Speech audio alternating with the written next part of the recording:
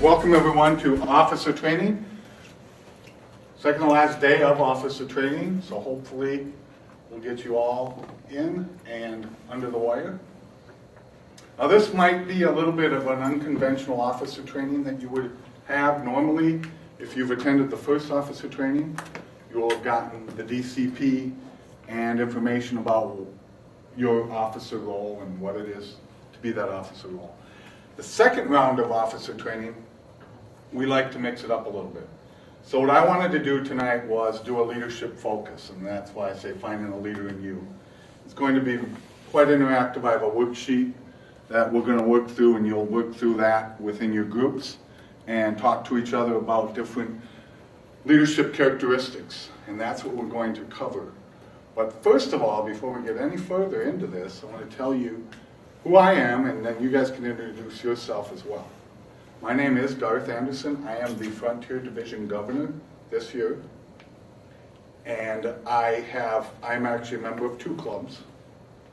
Won't tell you what they are because if you're a district officer, you're not allowed to tell what clubs you're in.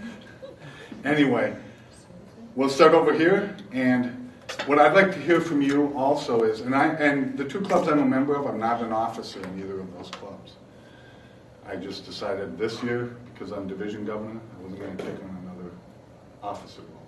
So what I want to hear from you is your name, the club you're in, and your officer position. My name is Allison Schlitsky. I'm in Checkmasters here at Deluxe, and I am the Sergeant at Arms.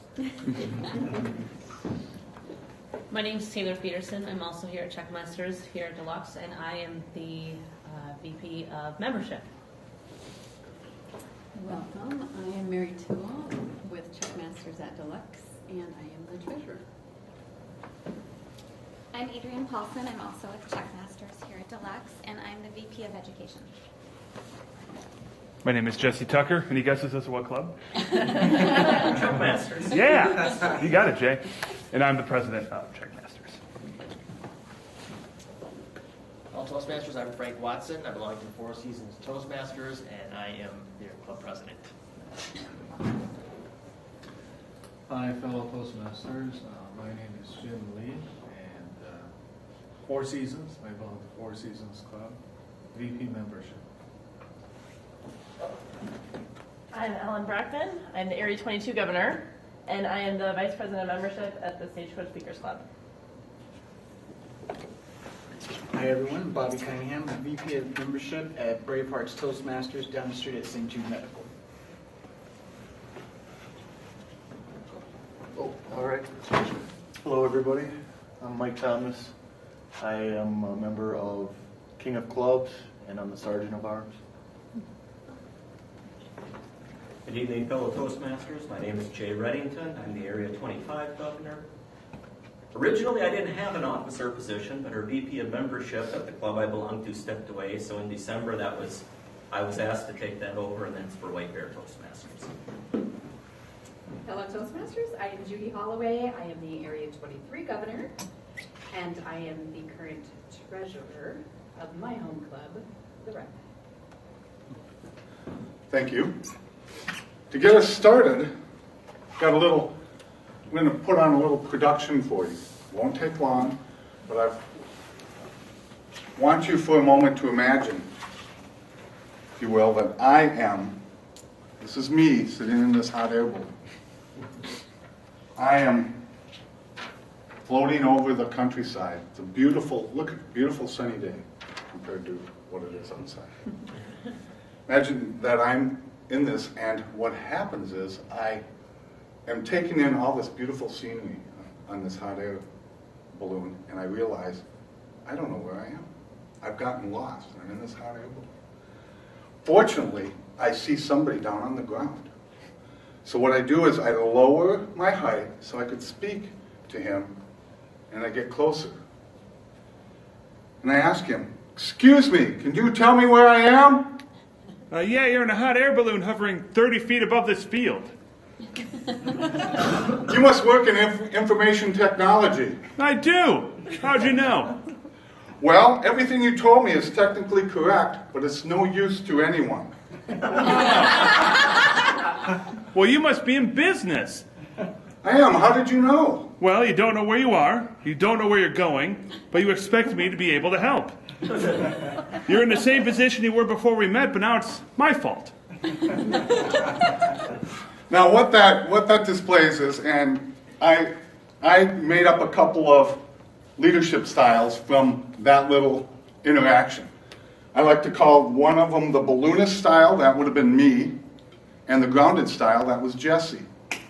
And the difference between those two, they're not very good leadership styles. And what you'll find is if you do any research on leadership styles, you'll find that there are literally hundreds of different leadership styles. And anybody out there, you could, if you wanted to, make up your own leadership style. You just come up with one, name it, and you'll have a leadership style. And so you'll see a lot of them as we examine today, a lot of cross-pollination of leadership styles, things that go in those leadership roles. But the balloonist style is a type of leader who's lost and doesn't know what to do. Anybody know anybody who's a leader who is lost and doesn't know what to do? Frank knows some people like that. I think I've come in contact with some people like that. Oh, you don't want names? They have nobody names. They have no direction or vision, and instead of accepting the blame, they look for someone else to blame. You know people like that? Oh, yeah. I think he was in town yesterday, wasn't he? Got that on video. That's mean. Now, the grounded leader is the type of leader who knows a lot of useless information, kind of like the Cliff Clavin leader. Just knows all this useless information that is of no use to anyone. They're always spouting off in the company like, oh, well, we used to do that, but it didn't work. But they're not giving any constructive feedback or anything like that. How many of you know any leaders like that have talked like that or acted like that? Now, these are not very good leadership styles. We're going to explore 4 good ones today. And as you'll see, there's a lot of similarities in some of the things that they all do. And what we're going to do today is, as we explore them, I've got a worksheet that you're going to do. So I said I'm going to mix you up. What I really want you to do is we've got, what did Allison do? Just have to make sure that that nobody's out there like freezing.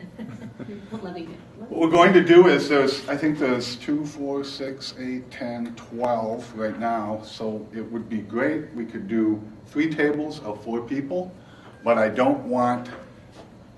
want the clubs mixed up. As we have a lot of check masters, I'd like not the check masters all in one pot. I would like them to be mixed up. And if Jen and Frank could mix up, that'd be great too. Otherwise, I think we've got a lot of single clubs, so that's fine. But try to mix up the check masters as well as others. So go ahead and move about. Try to keep the 3 pods we have, and then we can just mix it up that way. First leadership style we're going to look at is servant leadership. Anybody ever hear of the servant leader? It actually became popularized in 1970 by a man named Robert Greenleaf, and he coined that phrase, servant leadership. But it's been around for a long, long time. Anytime you're giving of yourself and doing those types of things, that's what a servant leader does. So what I'm going to do is highlight these 5 things, that I'm going to give you the worksheet, and all the worksheets are all together, so then you can work through the first worksheet. And what I want you to do is, as you work through it, it's an individual thing, but then I do want you then to get input from people at the table, because there are things that are exclusive to Toastmasters on that worksheet. Things like, how could you use traits of these leadership styles to help you and help your club grow? And so that's how we'll go forward with this. So the first one is lead by serving. There's a phrase, serve first, lead later. If you serve those you are helping, they really see the leader in you if you can serve. It's not so much that you're sitting up on this high pedestal, but you're actually getting in there and getting your hands dirty and serving and helping others. And kind of leading the way with that. And then give. That kind of goes along with serving, but it's a little bit different. It's more of giving your time, and that you're willing to give your effort and you're willing to pay the price for those under you. For example, if something goes wrong, if you're a project leader and something goes wrong, you don't throw that person under the bus who screwed it up. You throw yourself under the bus and take the hit. That's what giving is that's giving yourself for the better good of the team. Interact is the third one. What that really means is interact with the people that you are serving. Make sure you know what they do and make sure you can do their job. Whether it's a Toastmaster club or your regular job, you want to interact with them and make sure that you can roll up your sleeves and do the job if they're not there.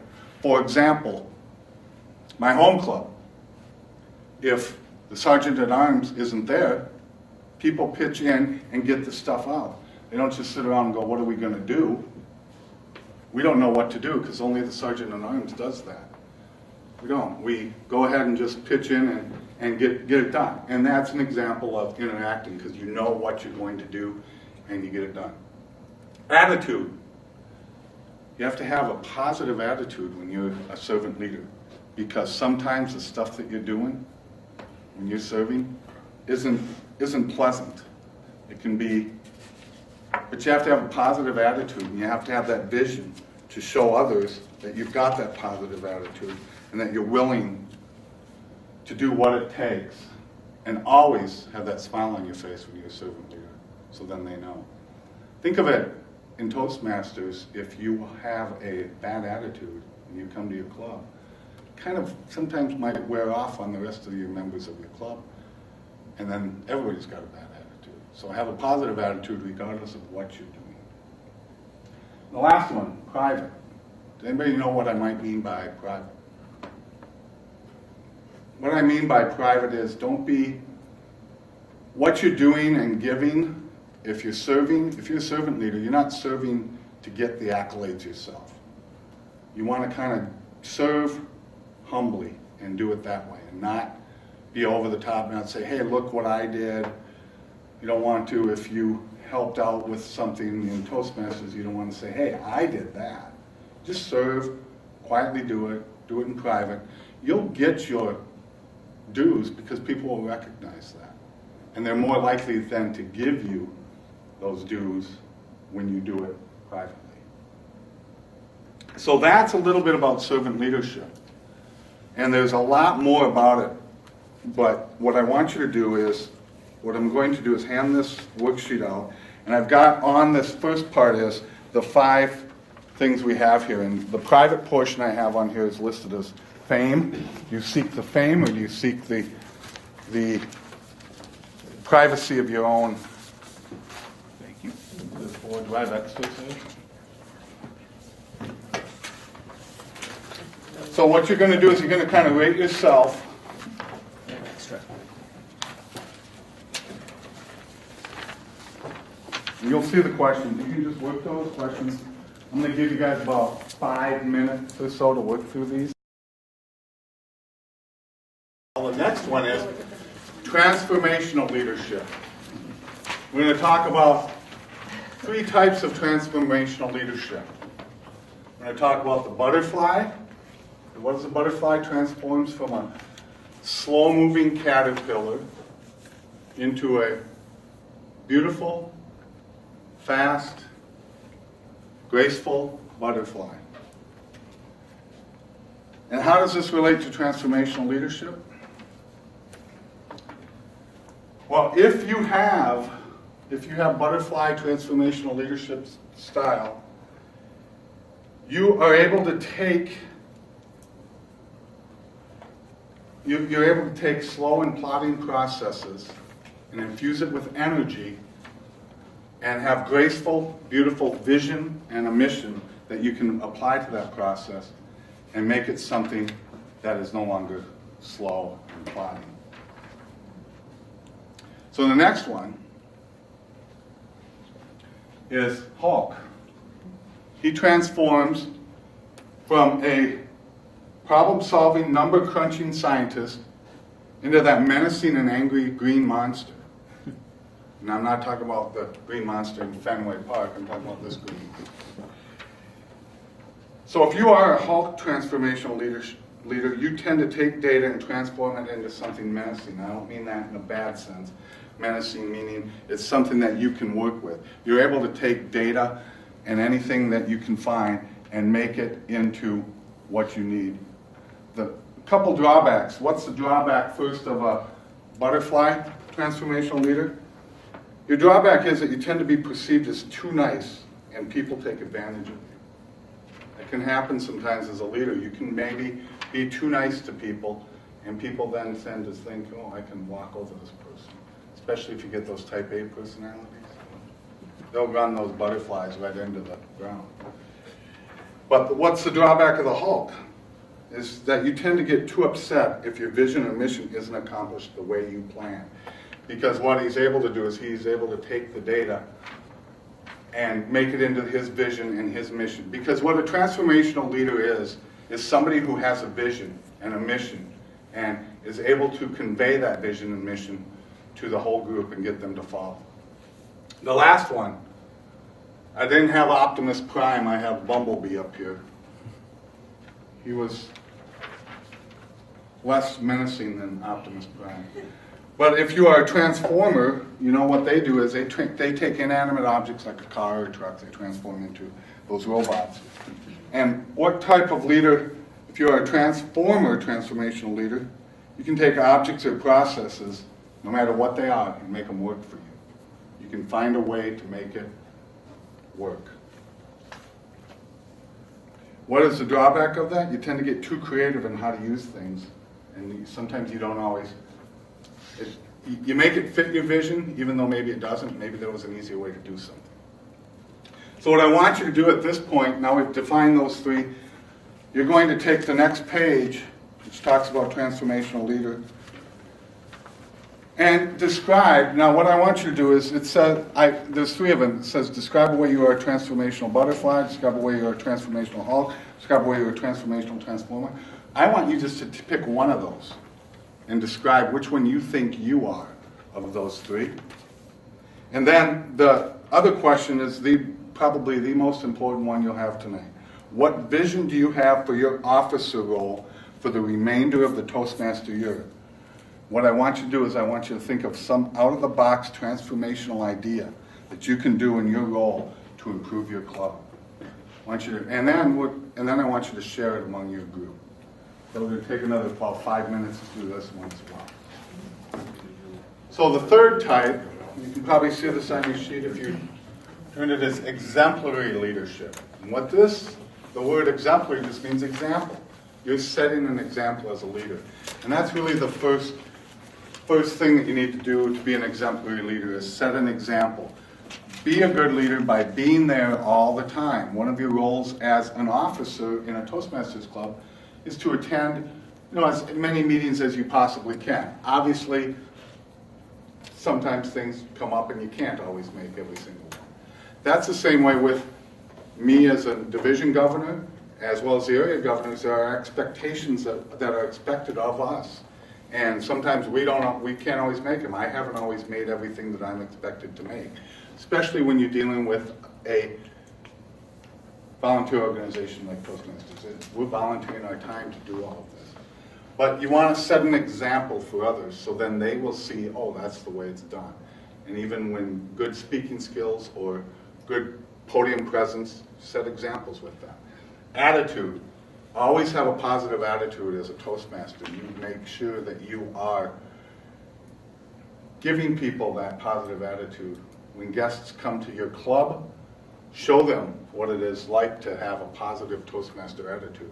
Because then they're probably going to come back if you've welcomed them and given them that Toastmaster positive attitude. And then all great leaders possess humility.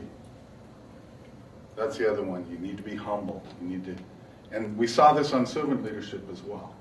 So remember I said there was some cross traits that come in. This one is one that you can see in a lot of different leadership. You have to be humble. You have to have some humility. And you have to show that humility to others and not not be so concerned about the effects it would have on you, which is get out there and lead, because that's what people want. So what we're going to do on this next portion is I've got the sheet that says exemplary leader, and it says what examples are you setting for your club. So I want you to think about examples that you've set for your club. And then the second question says, how can you infuse your positive Toastmaster attitude into others in your club? Or maybe you are struggling right now with having a positive attitude, so maybe you need infusing. What do you think you're going to do about that? And then how can you practice humility when it comes to helping your club?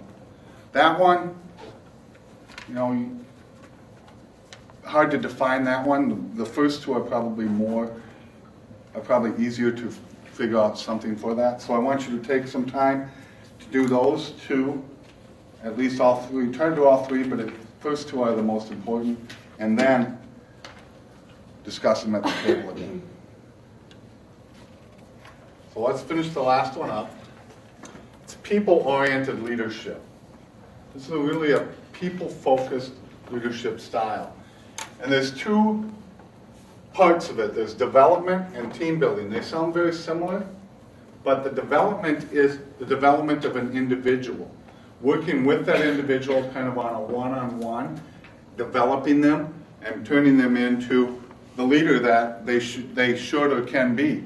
How many of you in here, how many of your clubs have a mentoring program? And that's a really good example of development. What you're doing is you're mentoring that person and you're helping them grow and learn about Toastmasters, and hopefully eventually you'll mentor them right into your officer role and maybe eventually into a district type of role. Then what's team building? It's taking all of the individual development that you've done and bringing it together as a team so you can run as a cohesive team, using all the skills that have been developed in those individuals to work as a team to help your team grow. Toastmasters Club is a team. You as officers are a team. So your goal isn't to work against each other. Your goal is to work with each other to make sure that your club is successful. And then, as officers, you take that to the club, and hopefully they'll all be on board and work together to make sure the club becomes a huge success.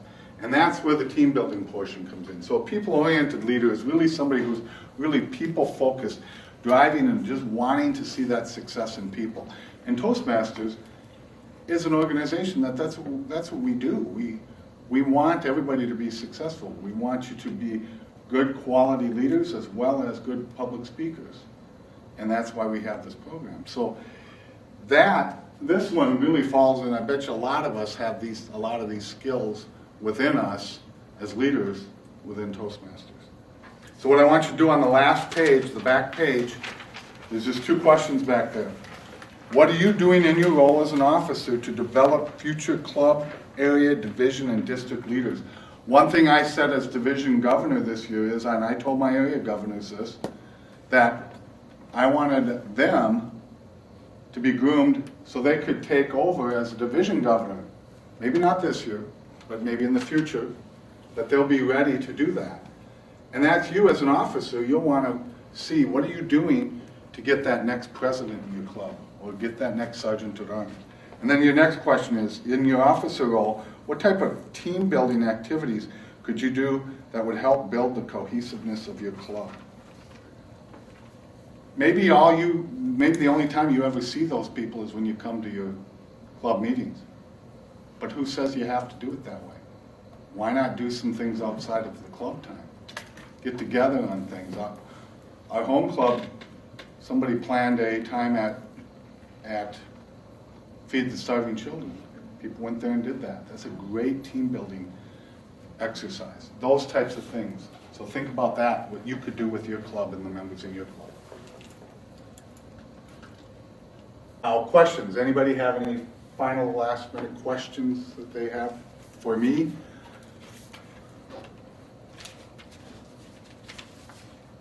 I'd like to find out, was this helpful? It's good. It's good to talk to other club leadership, I think. I was expecting, you know, to break out and presidents over here, VPs over here, and stuff like that. So this was kind of a nice activity to do rather than the old standard Yeah. training. So I'm glad I came. That's what I wanted to try to do this year if I did officer training the second round, was do something different than you could do in the first round. Because if you've been an officer before, you've gone through it. You know the DCP program. You know all of that stuff. Do we have to sit through officer training again? Well, if Toastmasters, if we can mix it up like this, the second round, we'll get more people coming to the second round trainings. But I don't think a lot of people want to come because it's always the same thing. I was kind of dreading, I was going to sit there and say the same old thing. Right. Exactly. It's like, Now, it is still required that the first officer training has to be on DCP and Correct. Yeah, the officer roles. And you can touch on it in this type of training, but you've seen it already. Hopefully all your clubs are working in that DCP. I have one last thing for you. I have one thing here that I want to give away, but I haven't figured out how to give it away yet. We have 12 of us here, but some of you may already have this or have done this. And it's an HPL leadership manual. It's a high performance leadership. If you want to reach your DTM, you have to do an HPL. And you will have to purchase a manual. Or manuals, there's like 3 and 4 in here. There's yours, and then there's 3 that you have for committee. If you're unfamiliar with the HPL, it's a project that you'll figure out, and then that's where you can use your leadership skills. And it can be a project that's Toastmasters related or non-Toastmaster related. If you want it work related, you can do it that way. If you want it community related, you can do it that way. But you then have a committee of 3 people, and you work through the book. You give a couple speeches about your project. You do some reflecting on yourself as a leader, and then once you're in that HPL, that's part of your goal to reaching that DTM. It's really my last hurdle that I need to get my DTM. So I want to give this away to somebody who really desperately wants to start working on their HPL and could make good use of this manual. So is there anybody here who wants it? You don't have one yet? No. No? I don't have one yet. Great. Thank you.